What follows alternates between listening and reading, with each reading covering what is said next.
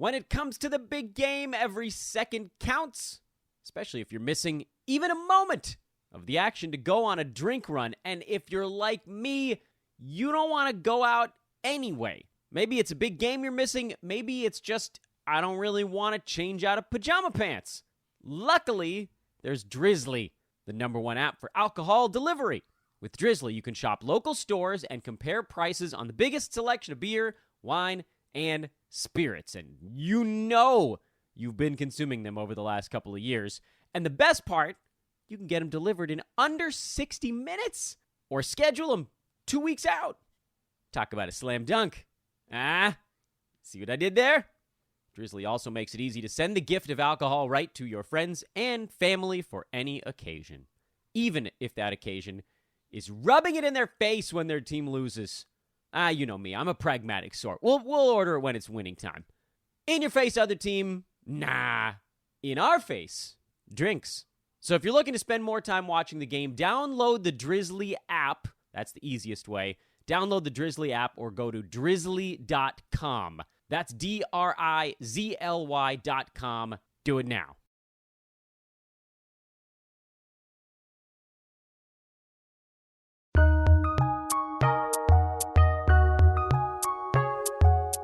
Welcome to the Fantasy NBA Today podcast.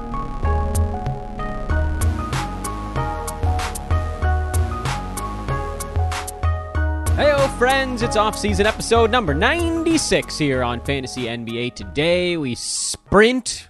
Now we kind of roll softly into a new week. And yes, there is one remaining sports betting episode here of Fantasy NBA Today. All of you folks that are sick and tired of season win totals, fear not. This is the last one. And then we won't talk about it on the pod anymore. No adjustments over the Yahoo preseason rank board, at least nothing substantial. Looks like the top 25 are all pretty much intact at this point. So we don't have that to go through yet. I still think there's going to be another adjustment coming. I don't know when the hell it's going to be, but it's coming. And we are still... Nope, excuse me. Holy smokes. You guys get to hear my reaction live on air. When I checked last night, it wasn't there. When I checked just now, ADP data. It is there, ladies and gentlemen. And guess what? No surprises. Yahoo's pre-ranks have pretty much steered everybody to ADPs right where these dudes were getting pre-ranked. Almost no surprises in the early going, but hot diggity damn, we can start looking through ADP data tomorrow. We'll break all of that down. We'll work on our third pass with the buckets. That's all coming up. We will have mock drafts coming up as well. Oh, it's time. It's time. Not yet, but very soon. ADP data is out if you guys want to take a pre-look at that before we break it down on the podcast. But today we've got one division left, and that is the Atlantic Division. We'll float into that here in just a moment. First, I'm Dan Besbris. Still, that hasn't changed. At Dan Besbris on Twitter. DANBESBRIS. This is a Sports Ethos presentation. Ethos Fantasy BK on Twitter. Shout out, as always, to our brand new baseball for this year and football as of like a couple weeks ago. Divisions at Sports Ethos. Extraordinarily exciting time. We'll be spreading all of that into the DFS realm as well. We've had DFS on the NBA side for a couple of years now. Oh boy. Man, it's a good time to be at Sports Ethos. You guys should join us. And I say that because the next thing I needed to talk about before we dive into the sports betting stuff for the day is, if you guys want to be a part of what we're doing here at Sports Ethos, we are recruiting. All this growth is going to open up some opportunities. Want to write about football? Cool. Want to write about baseball? Cool. Obviously basketball. Want to do DFS on any of those three? Want to do fantasy on any of those three? You want to cover a team in any of those sports? Holler at me. Dan Besbris on Twitter, or email roster@sportsethos.com. sportsethos.com. I'm going to assume that most of you know how this has been going, so just very quickly, this is the sixth and final division. We're breaking down season win totals. which I think is actually a fantastic exercise in just sort of what to expect. It also puts us in position, for those of you that want to see the fantasy angles here, to know what players are more likely to play down the stretch, what are teams likely to be playing for. Vegas sets these numbers for a reason. So when you see a team with a number like, 44, 45 wins, you should be thinking, okay, play-in tournament. Do they want to get into it? Do they want to get above it? These are extra games played for key guys. This is fantasy relevant too, although at the same time, I think I'd rather we just win some money on it on the betting side as well. And, deal with it. I've been writing all of these up as I've done them. I still need to write an intro page, but then that'll go up over at Sports Ethos because every year we do Dan Vespris tries to predict all 30 teams and see how it goes. I think the top plays will probably go in the wager pass for those that want to get down on those as well. But you guys have been hearing it here on the podcast. You can probably figure it out. In any event, Atlantic Division, Boston Celtics, the highest number on the board, not just in the Atlantic Division, but in the entire NBA. Celtics season win total is an absurd 55.5, 3 higher than the Bucks, the Suns, or the Clippers. They're way out in their own spot. 55.5. And, it might be one of those scenarios where that's a number that they had to put it high because you kind of just couldn't put it high enough for a very good basketball team, but I can't go that high. So I'm going under on 55.5. If for no other reason than only 2 teams did better than that last year. The Suns, who I still don't really know why they went so hard in the regular season, and the Grizzlies, who they went hard in the regular season because they had kind of something that was working. It was building good feelings among the team, and so they just kept racking up wins, and they still only cleared it by 1. The Heat led the East, remember, last year with 53 wins. Celtics 51-31. Now, admittedly, remember, Boston was basically a 500 team 30 games into the season. So after that, final 50 games, they effectively went 20 games over 500. That's pretty freaking good. That's like 35-15. At that pace, yeah, obviously they would get to this 55 mark. The problem is, it's a crazy high number for a team that got battered and bruised in a long, grueling playoffs. Sometimes you can look back at a team that rolled through the playoffs. They played like 4 games, one series, and then 5 the next, and then another 5, and then maybe they had to fight it out in the finals or something like that. Celtics pretty much, after the Nets, who they steam trained, they pretty much were going the distance the whole way through. I think it went like 4-7-7-6. Does that sound right? I didn't go back and look that up. That's just what my brain is telling me. But they had these long, drawn-out series. It might have been 6-7-6. I know it took 7 to get by the Bucks. So that one you can quote me on. That was, ridiculous playoffs for them. And they ended up losing. That's honestly the only thing that gives me pause about this number, is that the Celtics didn't win the championship, so perhaps they are coming back this season with a chip on their shoulder. But what kind of chip do you really need during an 82-game regular season? What are you trying to prove at that point? You've proven you were the best team in your entire conference. So what do you need? What's happening, everybody? Dan here. I am so excited to tell you about what is arguably the coolest partnership we've ever had here on Fantasy NBA Today, and that is with the good folks over at Trend Him. Trend Him. It was founded back in 2007 and has high quality and affordable accessories for men. Basically everything you could wear other than the clothes. When I'm like, my mind is blown right now. I got a personalized watch with a picture of my 2 kids on the inside. And obviously the watch is super sleek, but having my kids on the inside is amazing. I was able to get a few belts. I replaced my wallet. I got some ties. This is so cool. I was so excited to roll down to the UPS store and pick up the package that the guy that was running the store was like out getting a sandwich, and I just sat out front for 10 minutes. Check them out. Again, Trend Him is the company. Trend Him. They personalize, as I just mentioned you. The prices are great. Amazing value for your money. amazing value, and over 6,500 different products in 22 different categories. You can check out the link in the show description. That's probably the easiest way to find them. Or go to trnd.hm, so trend him, but take out the vowels, trnd.hm/hoopball. So our old website name, trnd.hm/hoopball, and get 15% off your order. Again, you can just go to the URL in the show description. That's easy to find on whatever service you're using to listen to today's show, or go to trnd.hm/hoopball. Get 15% off your order and check out some of the amazing stuff they've got over there. You're going to love it, I assure you. Fantasy NBA Today listeners, Rap Radar is finally back and bigger than ever. It's at a new home now. Interval presents for the first time. Rap Radar is available on every platform. Famed journalists Elliot Wilson and Brian B. Miller bring you the definitive conversations on music and culture with the biggest names in hip-hop. Catch up on old favorites like Drake, Jay-Z, Cardi B, and get the latest with new episodes dropping every Thursday. That Drake one was awesome. You guys should go check that out. I mean, if you want a reason to start listening now, if you hadn't before, that's the one.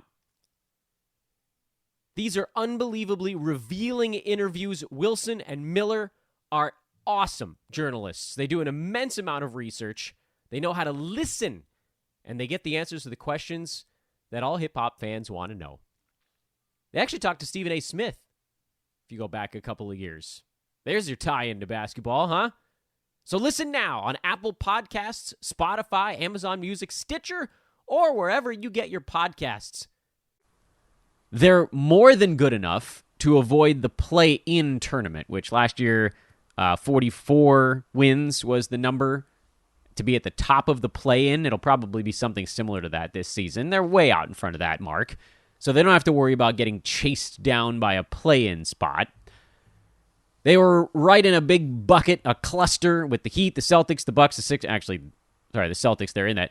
The Bucks and the Sixers they were tied with last year at 51 wins apiece. Celtics held the tiebreaker.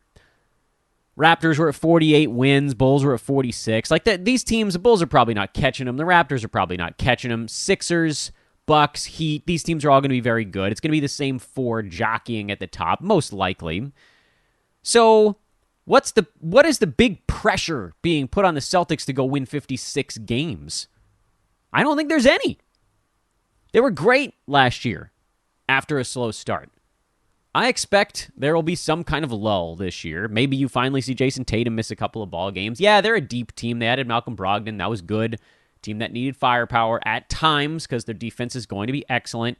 Time Lord's going to miss his games with the knee. Horford is great, but he's getting older. There's all this just little stuff that I don't think is going to derail them, but it is enough for them to just take a breath. Okay, let's give Big Al a little breather. Let's give Time Lord's knee a little breather. Let's maybe not go at full bore, because they had to go full tilt after that slow start last year. They don't this season. Get to the playoffs with good energy, with health, and you're fine. 55 wins would get that done. It's a big number. I mean, it could be a sucker bet to go under because it's so high, but it's too high for me. It's too high. I lean under. Not my favorite play in the division, but yeah. Sixers over 49.5 is our lean on that one. Also a pretty big number, but at the same time, Philly was at 51-31 last year. They proved last year that they can win on the road, which is a really big deal. It's something they didn't actually do in prior seasons. They were solid within their own conference, not spectacular, and just honestly consistent. All season long, Philly was consistent. And some of that's because Joel Embiid finally played 68 out of 82 ball games. Only missed, what is that? It's 14. What's 14 out of 82?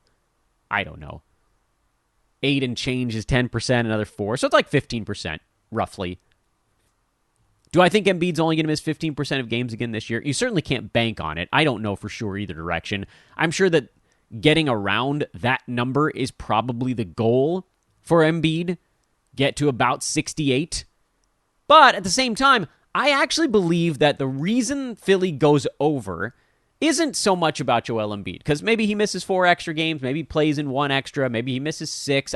That stuff actually doesn't freak me out. Now, if he misses 35, 40 games, then yes, this bet goes straight into the toilet. But provided his number is somewhere missed between like 12 and 19, we're fine on the Embiid front. The reason I like the Sixers is actually because of how they changed the story within their own organization this offseason. And that's all James Harden. First of all, let me start by saying that I think what James Harden did to get out of Houston was not cool, but also kind of funny. I don't lump him in with Kevin Durant right now or Paul George leaving Oklahoma City. Harden spent a lot of time in Houston. They tried a lot of different things. He had a good run there. Most of his career in Houston. So for him to finally just be like, look, I got to get out of this place. I don't really blame him for that. I think there was probably a better way to do it than, messing with COVID rules and eating his way out of town, but whatever. And then the Brooklyn thing, I don't think I can blame him again, because did you see the frickin' clown show that the Nets were last season?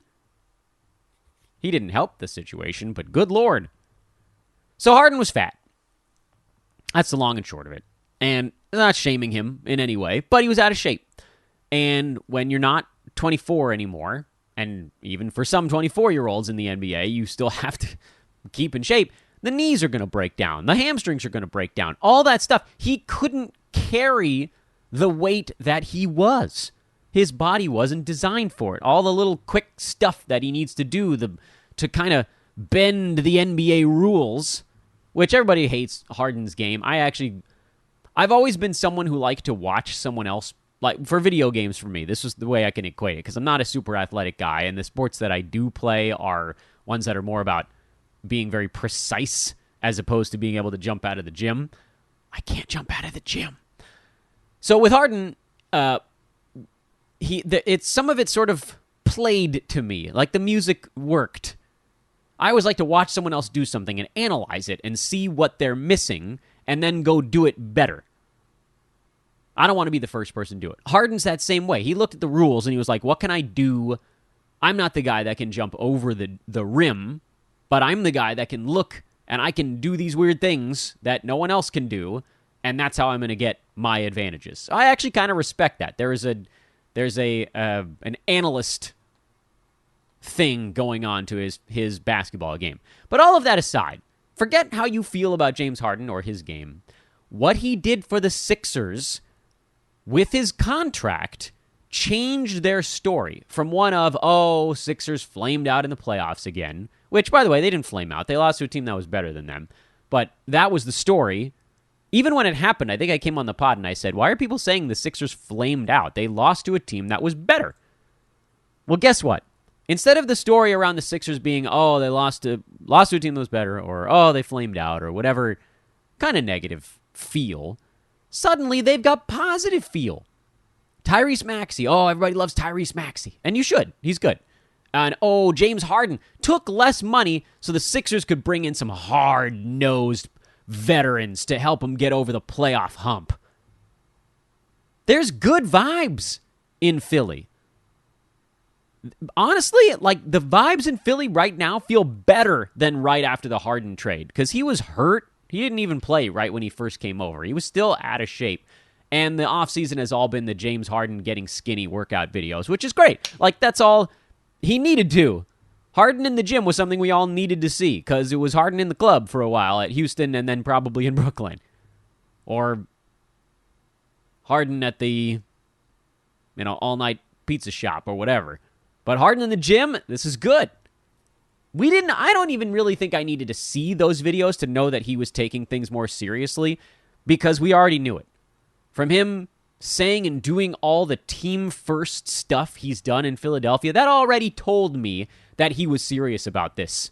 He knows he's on the downslope. There is a self-awareness that's happened now with Harden that other players in the NBA should take a frickin' lesson from. Looking at you, Russ. Have some self-awareness. He can't take less money, but, he could have some self-awareness. Harden to say, look, if I want a chance to win a title, I need to do something that's team first. And so he did. I think the team loves it. In fact, I know they do. Oh my God, this guy who could have gotten paid more took a little bit less money so that we could all be better and have a better shot to win. I love it. I love it. Philly goes over because everything screams good mood. The only way that thing gets blown up is if they get to a terrible start. Now, speaking of good moods, there is not one in Brooklyn where the season win total number is 45.5, and I'm going under that mark. Although I will say, I think this number at 45.5 is already built with Kevin Durant being traded. If KD gets traded, maybe it inches down a tiny bit more, but that's already a pretty low number for a team that, if oddsmakers thought they were going to have both Kyrie and KD. Still, I don't think it's low enough.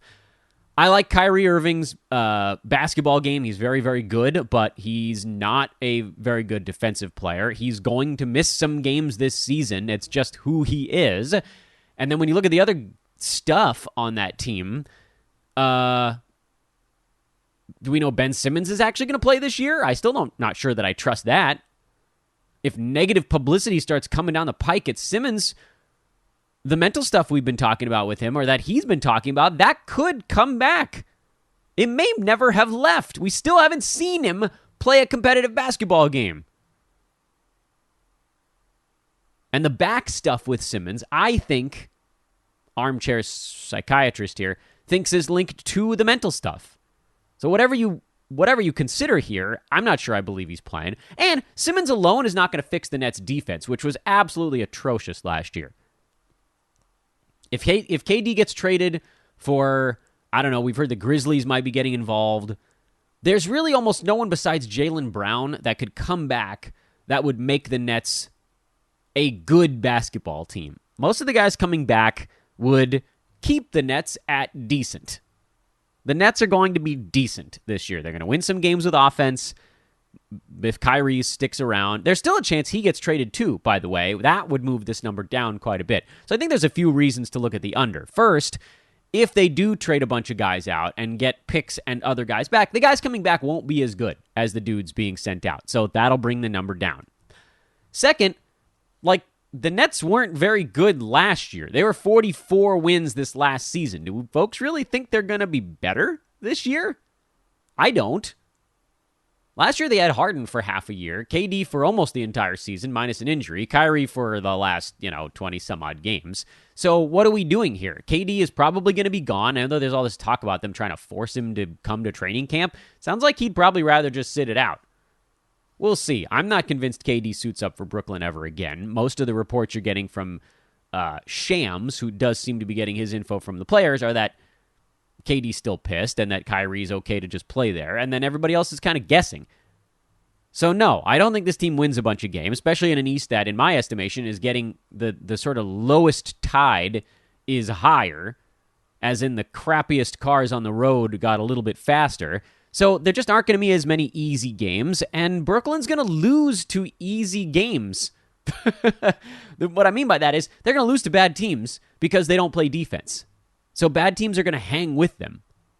I don't know what we think is these big changes.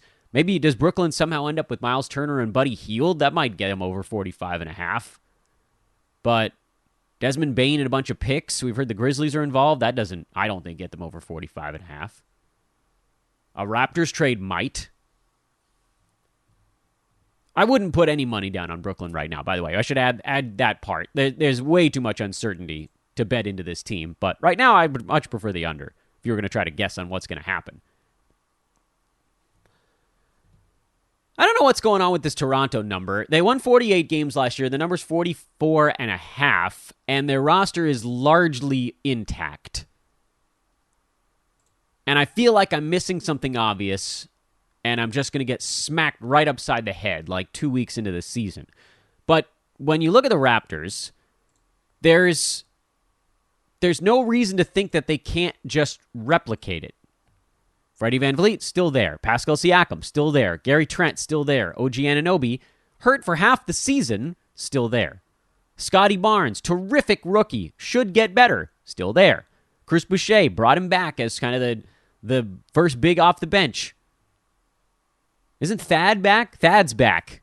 I have a ton of backup guards on that team. They go generally kind of large when Freddie VanVleet is hurt. And he will miss his 15 to 20 games. VanVleet always does. But I mean, I'm looking back at this last season, and like Scotty Barnes was healthy and Chris Boucher was healthy last year. But in terms of the main guys, like Freddie VanVleet could easily play in 2 or 3 extra games this season. Siakam could get to about that same number.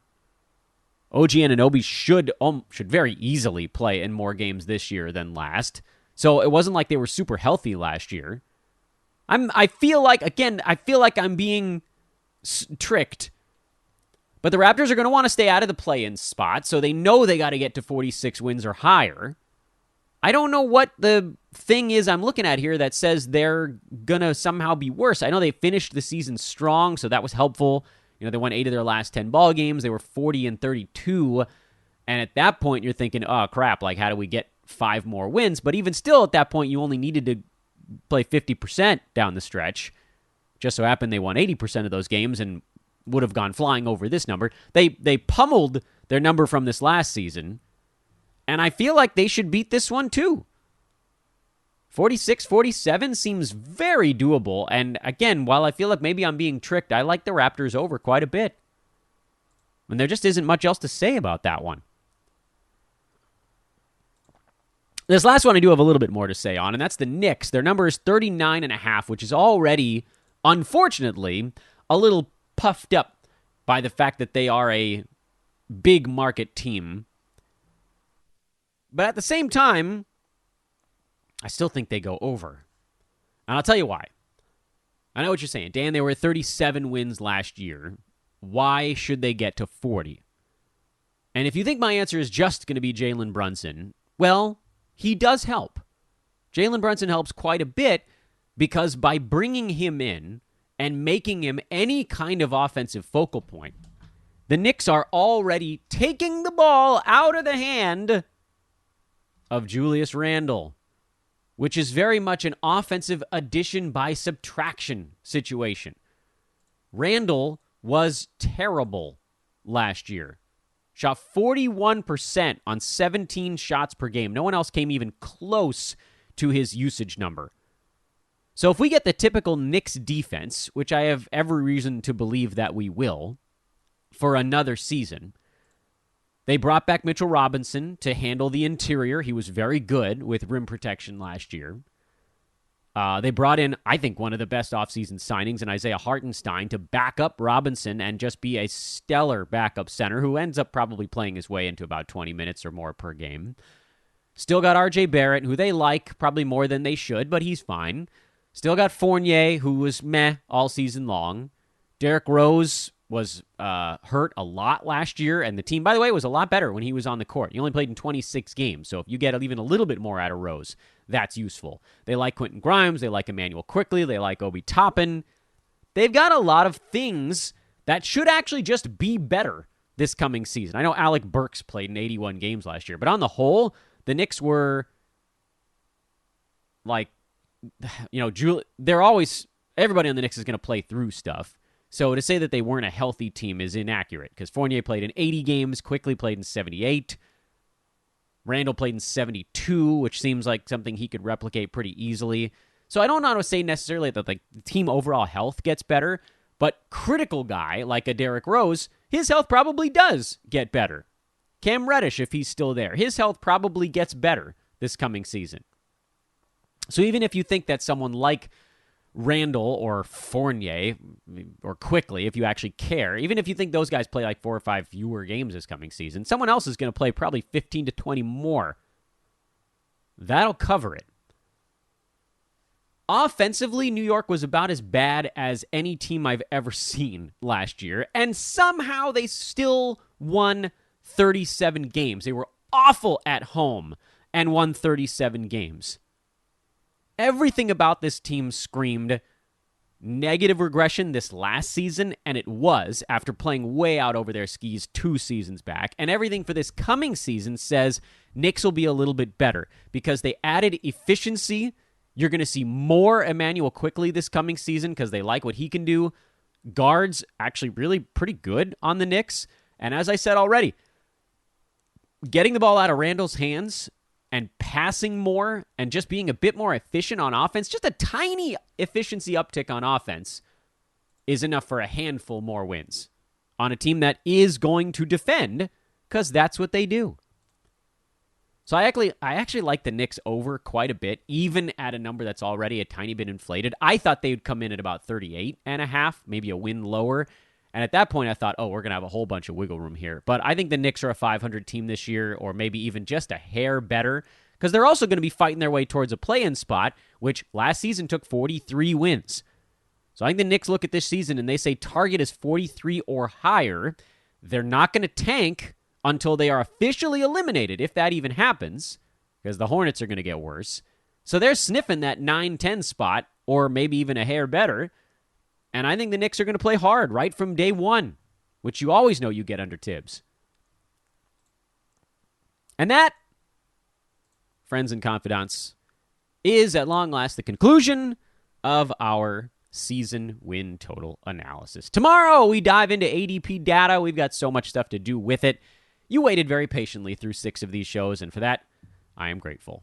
Back to fantasy tomorrow. For today, hope you guys found some stuff in these last few shows that maybe you can get some money down. I'm Dan Besbris for Fantasy NBA Today. Thanks again for listening, everybody. We'll talk to you Tuesday morning. So long for now.